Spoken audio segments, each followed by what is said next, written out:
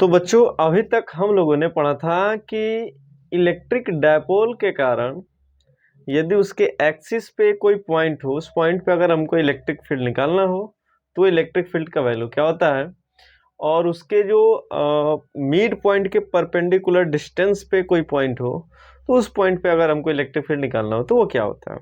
चलो एक बार थोड़ा सा उसको फॉर्मूला को हम लोग देख लेते हैं। जैसे हमने ये पढ़ा था कि अगर यहाँ पे एक कोई माइनस क्यू चार्ज हो, है ना, और फिर 2L डिस्टेंस पे यहाँ पे कोई प्लस क्यू चार्ज हो, इन दोनों चार्जों के बीच का डिस्टेंस हमको पता है 2L होता है। तो इसी एक्सिस पे अगर कोई पॉइंट हो, मान लीजिए इस मिड पॉइंट से x डिस्टेंस पे, इंक दूसरा मार्कर यहाँ पे यूज करते हैं, x डिस्टेंस पे कोई यहाँ पे अगर कोई पॉइंट P हो और इस P पॉइंट पर अगर हमको इलेक्ट्रिक फील्ड निकालना हो तो हमने पढ़ा था कि इलेक्ट्रिक फील्ड जो होता है एक्सियल पोजीशन पे होता है 2kp/x का क्यूब। ये फॉर्मूला हम लोगों ने पढ़ा था। अच्छा, हमने एक और फॉर्मूला पढ़ा था कि इस मिड पॉइंट के परपेंडिकुलर कोई यहाँ पे x डिस्टेंस पे कोई पॉइंट हो, ये भी x डिस्टेंस है, और यहाँ पे P पॉइंट पे अगर इलेक्ट्रिक फील्ड निकालना हो परपेंडिकुलर, है ना, तो वहाँ पे जो इलेक्ट्रिक फील्ड होता है वो होता है kp/x क्यूब। मतलब इस एक्सियल पोजीशन के इलेक्ट्रिक फील्ड से थोड़ा सा कम होता है इलेक्ट्रिक फील्ड परपेंडिकुलर डिस्टेंस पे। आज का हम लोग का टॉपिक ये रहेगा कि किसी भी पॉइंट पे अगर, जैसे मान के चलो एक माइनस क्यू चार्ज यहाँ भी है, एक यहाँ है प्लस क्यू चार्ज, है ना, और इन दोनों चार्ज के कारण जो इलेक्ट्रिक डायपोल का डायरेक्शन होगा वो इधर होगा। इलेक्ट्रिक डायपोल का जो डायरेक्शन होगा वो इस दिशा में होगा, माइनस चार्ज से प्लस चार्ज की ओर, ठीक है ना। और ये आपसे सवाल पूछे, जैसे ये ना पूछ के एक्सियल पोजीशन पूछेगा तो आप बता सकते हैं, ये फॉर्मूला यूज कर लीजिएगा। अगर इसी एक्सिस पे कोई पॉइंट दे और इस पॉइंट से डिस्टेंस आपका बता दे कि r डिस्टेंस पे एक पॉइंट है P पॉइंट x डिस्टेंस पे, और उस पॉइंट पे इलेक्ट्रिक फील्ड बताइए, तो एक्सियल पोजीशन के लिए आपने पढ़ा था अक्षीय स्थिति के लिए ये फॉर्मूला होता है। या फिर परपेंडिकुलर डिस्टेंस पे अगर कोई एक पॉइंट दे दे और उस पॉइंट पे भी इलेक्ट्रिक फील्ड निकाले, इस फॉर्मूला से निकल सकता है। लेकिन अब सवाल हमारा ये है कि एक्सियल पोजीशन पे ना दे के वो पॉइंट जो है वो किसी दूसरे पोजीशन पे दे दे, यहाँ पे दे दे इस पॉइंट पे, और ये बोल दे कि यहाँ से मिड पॉइंट से जो इसका डिस्टेंस है वही एक्स ही ले लेते हैं, एक्स डिस्टेंस है, और ये इसके साथ थीटा एंगल बना रहा है इलेक्ट्रिक डायपोल के साथ। तो बताइए इलेक्ट्रिक फील्ड क्या होगा। तो इस पॉइंट पे हम इलेक्ट्रिक फील्ड नहीं निकाल सकते हैं। क्यों नहीं निकाल सकते हैं भाई? क्योंकि ये तो ना तो अक्षीय स्थिति में है और ना ही निरक्षीय स्थिति में है। तो इसके लिए तो इलेक्ट्रिक फील्ड का फॉर्मूला हम लोगों ने पढ़ा ही नहीं।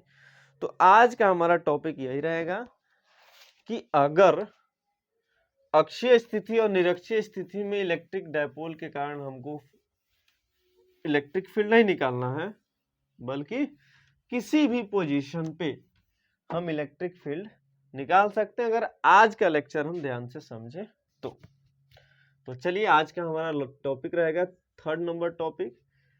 इसके पहले हम अक्षीय और निरक्षीय के लिए पढ़ा दिए हैं, ठीक है ना। तो वो लेक्चर अगर कोई नहीं देखा है तो उसको जाके ध्यान से देखे।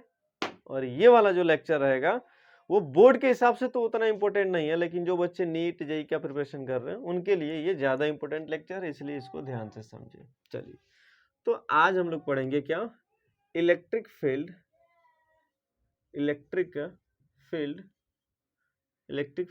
इंटेंसिटी, है ना, electric field intensity due to electric dipole,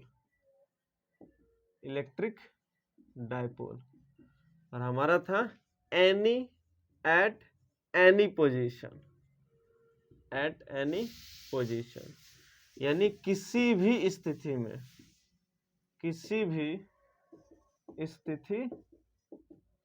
ठीक है।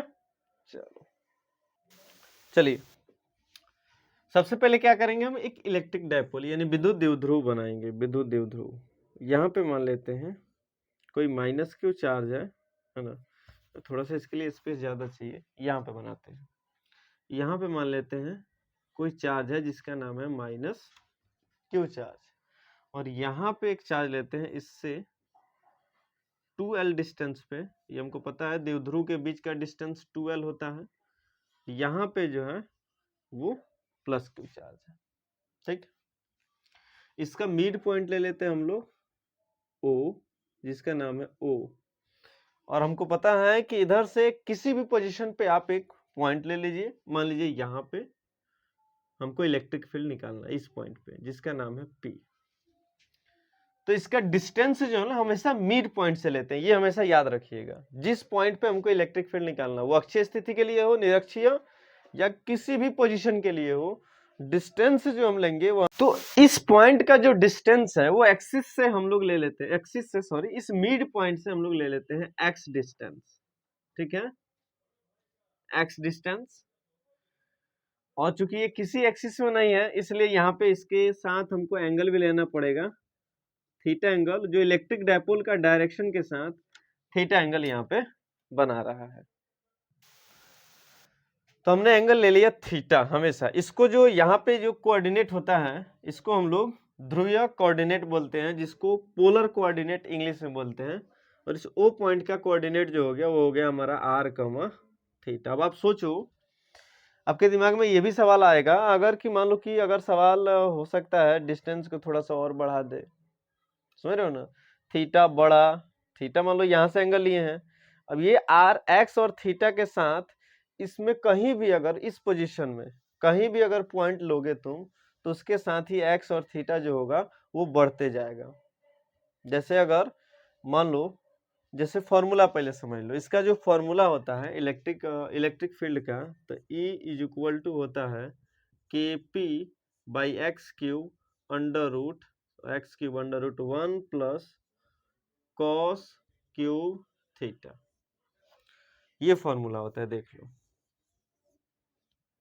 ठीक है ना, कॉस क्यूब थीटा। हाँ, तो एक्स क्यूब का मतलब, मान लो अगर इस एक्स डिस्टेंस अगर कम करता है तो थोड़ा सा एक्स और नीचे आएगा, ज्यादा करता है तो ऊपर जाएगा। मतलब हमारे कहने का मतलब ये है कि इस एक्स और थीटा, इस दो पॉइंट से तुम ब्रह्मांड के किसी भी पॉइंट पे इलेक्ट्रिक फील्ड निकाल सकते हो, किसी भी पॉइंट पर। जैसे अगर हमको इधर इलेक्ट्रिक फील्ड निकालना हो तो थीटा के मान को बढ़ा देंगे। और ये भी ध्यान रखना है कि ये जो थीटा लेना है ना, वो हमेशा इलेक्ट्रिक पोल के, जो इलेक्ट्रिक डायपोल है उसके डायरेक्शन के साथ एंगल लेना है। मतलब ये नहीं कि थीटा हम इधर वाला लेंगे, ठीक है ना। क्यों? क्योंकि इलेक्ट्रिक डायपोल का जो मोमेंट है, उसका जो डायरेक्शन है वो उस दिशा में है। हाँ, इधर का थीटा कब होता, जब यहाँ पे चार्ज जो है वो यहाँ पे प्लस क्यू चार्ज रहता और यहाँ पे आपका माइनस क्यू चार्ज रहता, तब इलेक्ट्रिक डायपोल मोमेंट का डायरेक्शन, विद्युत द्विध्रुव आघूर्ण का डायरेक्शन इधर हो जाता है, प्लस से माइनस चार्ज की ओर। और तब इधर कोई पॉइंट देता हमको मिड पॉइंट से कि एक्स डिस्टेंस पे कोई पॉइंट है, तो थीटा का वैल्यू हम इधर वाला लेंगे। ध्यान रखना है, इधर वाला थीटा का वैल्यू क्यों? क्योंकि इलेक्ट्रिक डायपोल का डायरेक्शन इधर है। तो जो थीटा का वैल्यू हम लेने वाले हैं, ये हम लोग हमेशा इलेक्ट्रिक डायपोल के साथ जो एंगल बनाएगा वही एंगल लेंगे, ठीक है ना। चलो, इतना तो क्लियर हुआ, ठीक है। यानी आर, एक्स और थीटा के साथ तुम दुनिया का कोई भी पॉइंट कवर कर सकते हो, है ना। अगर इधर पॉइंट देता है तो थीटा के मान को इधर बढ़ाते जाएंगे और बढ़ाते जाएंगे, नीचे वाला पॉइंट भी कवर होते जाएगा, है ना। एक्स को बढ़ाएंगे तो आगे का पॉइंट, कम करेंगे तो नीचे का पॉइंट, है ना। इधर करेंगे तो थीटा बढ़ेगा, समझ रहे हो ना। मतलब इस प्रकार से इस एक्स और थीटा के साथ हम किसी भी पॉइंट पे इलेक्ट्रिक फील्ड निकाल सकते हैं। तो ये फॉर्मूला हमको निकालना है, is equal to KP by x cube into under root 1 plus cos cube theta. चलो ध्यान से समझते हैं हम लोग। थोड़ा सा अब यहाँ पे आपको ध्यान देना पड़ेगा, ये जो डायपोल है, इलेक्ट्रिक डायपोल, डिस्टेंस को हटा देते हैं, डिस्टेंस का यहाँ पे कोई काम नहीं है। ये जो इलेक्ट्रिक डायपोल है, अगर इसको हम इसके दो कंपोनेंट निकालें इस इलेक्ट्रिक डायपोल के, तो क्या निकल सकता है? एकदम निकल सकता है। या दो कंपोनेंट, मतलब इसको दो भागों में अगर हम तोड़ दें, ठीक है ना, तो एक जो इलेक्ट्रिक डायपोल मोमेंट का जो हिस्सा होगा वो ये होगा। अब इस इलेक्ट्रिक डायपोल को हम दो भागों में बांटते हैं, ठीक है। एक तो हमारा यही इसी एक्सिस पे एक डायपोल होगा जो थीटा के साथ जो एंगल बना रहा है, और इस डायपोल का वैल्यू होगा पी कॉस थीटा, थीटा के पास वाला कॉस थीटा। और एक जो होगा इसके परपेंडिकुलर डायपोल होगा ऐसे, और ये जो होगा ये होगा पी साइन थीटा। ये सबसे इंपोर्टेंट चीज है, ध्यान देना है। हमने इस इलेक्ट्रिक डायपोल के दो कंपोनेंट निकाले, एक पी कॉस थीटा, एक पी साइन थीटा। थीटा के दूर वाला पी साइन थीटा, पास वाला पी कॉस थीटा।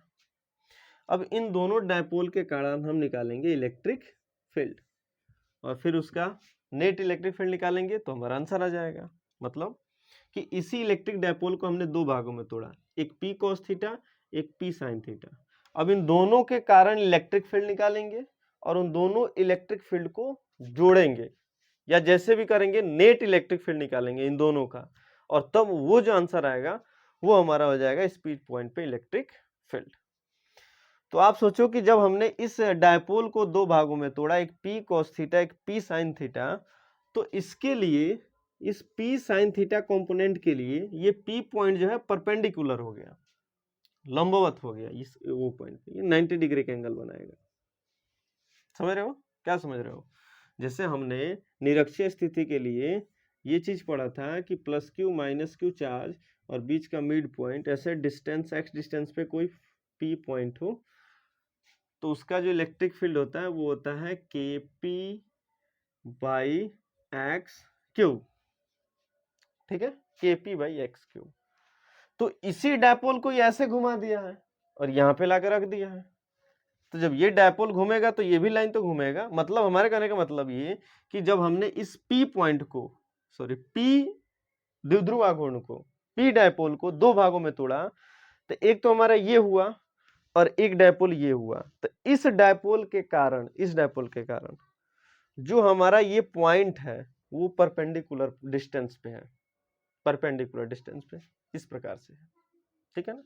तो पी साइन थीटा के कारण, पी साइन थीटा के कारण बिंदु पी पर हम निकालेंगे विद्युत क्षेत्र की तीव्रता।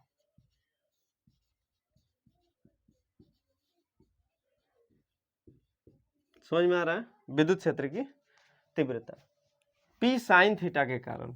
अब आपको ये भी पता है कि जो ये पी साइन थीटा जो है ना, उसके लिए ये परपेंडिकुलर डिस्टेंस है, और परपेंडिकुलर डिस्टेंस वाला जो इलेक्ट्रिक फील्ड होता है वो होता है हमारा के पी। और पी यहाँ पे देखो, पी यहाँ पे पी नहीं बल्कि पी साइन थीटा होगा। पी को छोड़ दो, पी को हमने दो भागों में बांट दिया, पी कॉस थीटा और पी साइन थीटा। तो इस वाले के लिए, निरक्षीय स्थिति के लिए, यहाँ पे लेंगे अब पी साइन थीटा, और डिस्टेंस हमारा सेम रहेगा, एक्स है तो एक्स, ठीक है। दूसरा, अब पी कॉस थीटा के कारण जो इलेक्ट्रिक फील्ड होगा, पी कॉस थीटा के कारण, है ना, पी बिंदु पी पर विद्युत क्षेत्र की तीव्रता, विद्युत क्षेत्र की तीव्रता। अब देखो ये जो पी पॉइंट है, अगर पी कॉस थीटा के हिसाब से देखें तो उसी एक्सिस पे है। अरे पी कॉस थीटा कंपोनेंट है ये, देख लो यहाँ पे पी कॉस थीटा, तो इसी एक्सिस पे तो पी पॉइंट है। ये पी साइन थीटा के एक्सिस पे नहीं था बल्कि परपेंडिकुलर था ये पी पॉइंट, क्योंकि पी साइन थीटा का डायरेक्शन तो इधर है, समझ रहे हो ना। तो ये परपेंडिकुलर था, लेकिन ये जो पी कॉस थीटा है, जैसे देख लो ऐसे, ये जो पी कॉस थीटा जो है ये इसी एक्सिस पे ना है ना, इसी एक्सिस पे तो पी पॉइंट है, समझ रहे हो ना। जैसे समझो, जैसे देखो ऐसे सोचो, माइनस क्यू प्लस क्यू, ये डायपोल पहले से था, हमने इस डायपोल को दो भागों में बांटा। अगर समझने के लिए देखो थोड़ा सा, तो हमने ये मान के चला कि ये माइनस क्यू प्लस क्यू एक यहाँ पे आ गया, और एक माइनस क्यू प्लस क्यू जो इसी एक्सिस पे था वो यहाँ पे आ गया, माइनस क्यू प्लस क्यू इधर मान लो कहीं है, मान के चलो, ठीक है ना। अब इसका तो बात खत्म हो गया, ये इसको तो हमने दो भागों में तोड़ दिया। इसका जो हमने इलेक्ट्रिक डायपोल मोमेंट लिया पी साइन थीटा और ये पी कॉस थीटा। हमारे कहने का मतलब ये कि ये जो पी पॉइंट होगा वो पी कॉस थीटा के एक्सिस पे ही तो होगा, एक्स डिस्टेंस पे, इसी एक्सिस पे तो है पी पॉइंट। तो एक्सिस के लिए जो होता है फॉर्मूला वो क्या होता है, एक्सिस के लिए 2k p cos थीटा और बटा में x का क्यूब, x का cube 2k p cos theta बटा में x का क्यूब। ये हुआ एक्सिस के लिए, ठीक है ना, एक्सिस के लिए। अब समझो, यानी अब इसका अगर हम इलेक्ट्रिक फील्ड का डायरेक्शन निकालें तो एक्सियल पोजीशन के लिए जो इलेक्ट्रिक फील्ड का डायरेक्शन होगा, ध्यान से समझो, वो ऐसे होगा इलेक्ट्रिक फील्ड एक्सियल पोजीशन के लिए, क्योंकि एक्सियल पोजीशन के लिए इलेक्ट्रिक फील्ड कैसे होता है, डायपोल मोमेंट के डायरेक्शन में होता है, ठीक है ना।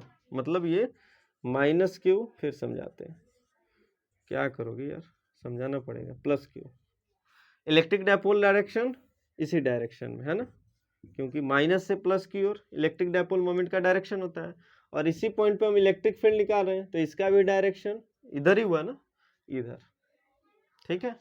चलो, दूसरा हमारा जो इलेक्ट्रिक फील्ड था वो निरक्षीय स्थिति के लिए था और इसका जो डायरेक्शन होता है वो इलेक्ट्रिक डायपोल के विपरीत दिशा में होता है, यानी ऐसे, अगर इलेक्ट्रिक डायपोल का डायरेक्शन ऐसे है तो इलेक्ट्रिक फील्ड का डायरेक्शन ऐसे होगा, उल्टा, इस तरफ, इधर इलेक्ट्रिक डायपोल का ना, इलेक्ट्रिक फील्ड का डायरेक्शन और इलेक्ट्रिक डायपोल मोमेंट का डायरेक्शन इधर है तो इसके उल्टा इधर होगा, समझ, ये होगा हमारा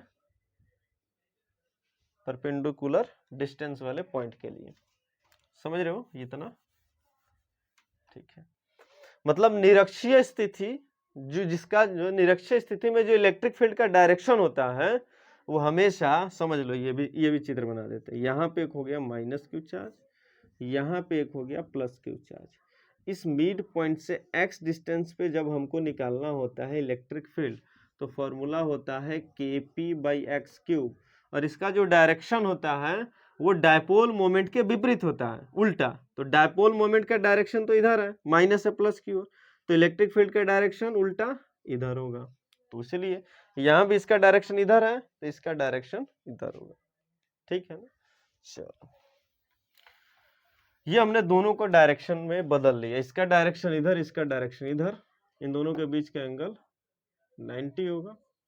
अब बताओ जो नेट इलेक्ट्रिक फील्ड, अभी इस डायरेक्शन में एक इलेक्ट्रिक फील्ड, इस डायरेक्शन में electric field, net electric field इन दोनों के बीच से होके जाएगा। ये सबको पता है कि दो वेक्टर क्वांटिटी हो एक दूसरे से विपरीत दिशा में तो उनका जो नेट फील्ड होता है वो बीच से होता है, नेट रिजल्ट। तो नेट इलेक्ट्रिक फील्ड निकालने के लिए हमको फॉर्मूला पता है, अंडर रूट क्या होता है, अंडर रूट ई ए का square plus E perpendicular distance वाला का square plus 2ab cos theta. तो थीटा का वैल्यू यहाँ पे 90 होगा तो 2ab का वैल्यू 0 बन जाएगा, क्या बन जाएगा, 0, ठीक। चलो, तो 0 बन जाएगा तो उसको लिखने की कोई जरूरत नहीं है। चलो आगे बढ़ते हैं हम लोग। अब ई ए का वैल्यू देखो यहाँ पे निकाले हम, 2kp cos थीटा बटा में x क्यूब का स्क्वायर प्लस परपेंडिकुलर वाला निकाले यहाँ पे kp साइन थीटा बटा x का क्यूब का स्क्वायर, स्क्वायर है तो स्क्वायर, यहाँ भी स्क्वायर है तो स्क्वायर, फिर रूट के अंदर, रूट अंदर, ठीक है ना। चलो अब देखो, ध्यान से देखो, यहाँ पे है kp का स्क्वायर होगा तो k स्क्वायर p स्क्वायर, चलो एक बार स्क्वायर कर लेते हैं। यहाँ पे देखो 2 का स्क्वायर 4, k का square k square, p square cos square theta, cos square theta, यहाँ प्लस बटा में क्या हो जाएगा x क्यूब का स्क्वायर, क्योंकि इसका भी स्क्वायर करेंगे, ठीक है। यहाँ हो जाएगा k square p square sine square theta बटा में हो जाएगा x क्यूब का स्क्वायर। हमको पता है कि रूट के अंदर अगर स्क्वायर में है तो वो बाहर निकल सकता है, ठीक है। तो चलो इसको क्या कौन कौन निकाल सकते हैं हम जी, कौन कौन निकाल सकते हैं? के स्क्वायर पी स्क्वायर दोनों स्क्वायर में है, यहाँ पे कॉमन कर लो तो बाहर निकलेगा तो के पी हो जाएगा। एक्स क्यूब ये भी स्क्वायर में है, बाहर निकल जाएगा तो एक्स का क्यूब हो जाएगा। अंडर रूट में क्या बचेगा? अंडर रूट में भाई तो अंडर रूट में बचेगा 4 cos square theta plus sign square theta. अब देखो के पी बाई एक्स का क्यूब। अब तो इस 4 cos स्क्वायर थीटा को हम दो भागों में बांट लेते हैं। एक को लिख सकते हैं 3 cos स्क्वायर थीटा, एक cos को अलग कर लेते हैं।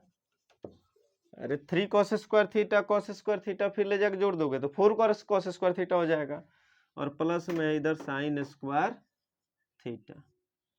अब यहाँ पे cos square theta sine square theta एक होता है, यानी जो हमारा नेट इलेक्ट्रिक फील्ड आएगा वो हो जाएगा के पी बाई एक्स का cube under root sine square theta cos square theta 1 plus 3 cos square theta. ये हो गया हमारा नेट इलेक्ट्रिक फील्ड का वैल्यू इस x डिस्टेंस पे एट एनी पॉइंट, जो कि हमारा ये फॉर्मूला है। चलिए इसका स्क्रीनशॉट लीजिए, फिर आगे बताते हैं। इसका डायरेक्शन भी बता देते हैं, क्योंकि ये वेक्टर क्वांटिटी है तो क्या डायरेक्शन होगा इसका, ठीक है। चलो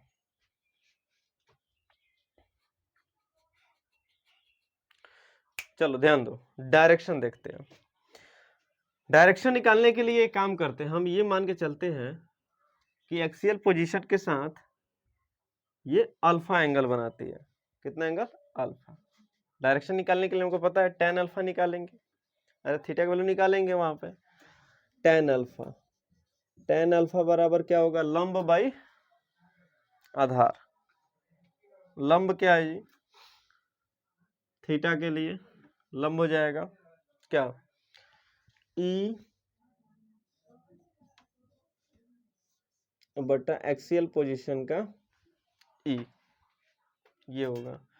अब इन दोनों का रेशियो निकालेंगे। देखो निकालते हैं, इधर इसको मिटा देते हैं, ठीक है ना।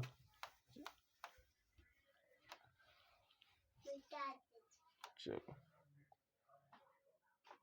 तो देखो ई परपेंडिकुलर वाला वैल्यू आया हमारा के पी साइन थीटा बटा एक्स का क्यूब। एक्सियल पोजीशन का ई का वैल्यू आया है 2 के पी कॉस थीटा बटा एक्स का क्यूब। एक्स क्यूब से एक्स क्यूब कट जाएगा, के पी से के पी कट जाएगा, है ना। ये निकाल रहे हैं हम tan अल्फा का वैल्यू। तो tan alpha is equal to हो जाएगा 1/2, यहाँ बचेगा एक साइन थीटा और एक बचेगा कॉस थीटा। तो tan alpha is equal to 1/2 tan theta. क्या है? tan theta. तो अल्फा का वैल्यू tan इधर आएगा तो इन्वर्स में हो जाएगा, tan इन्वर्स 1/2, है ना, 1/2 tan थीटा। ये हमारा निकल जाएगा इसका डायरेक्शन, किसका? जो नेट इलेक्ट्रिक फील्ड होगा उसका डायरेक्शन हो जाएगा, ठीक है। डायरेक्शन भी आप निकाल सकते हो, इसको भी आप स्क्रीनशॉट ले लीजिए।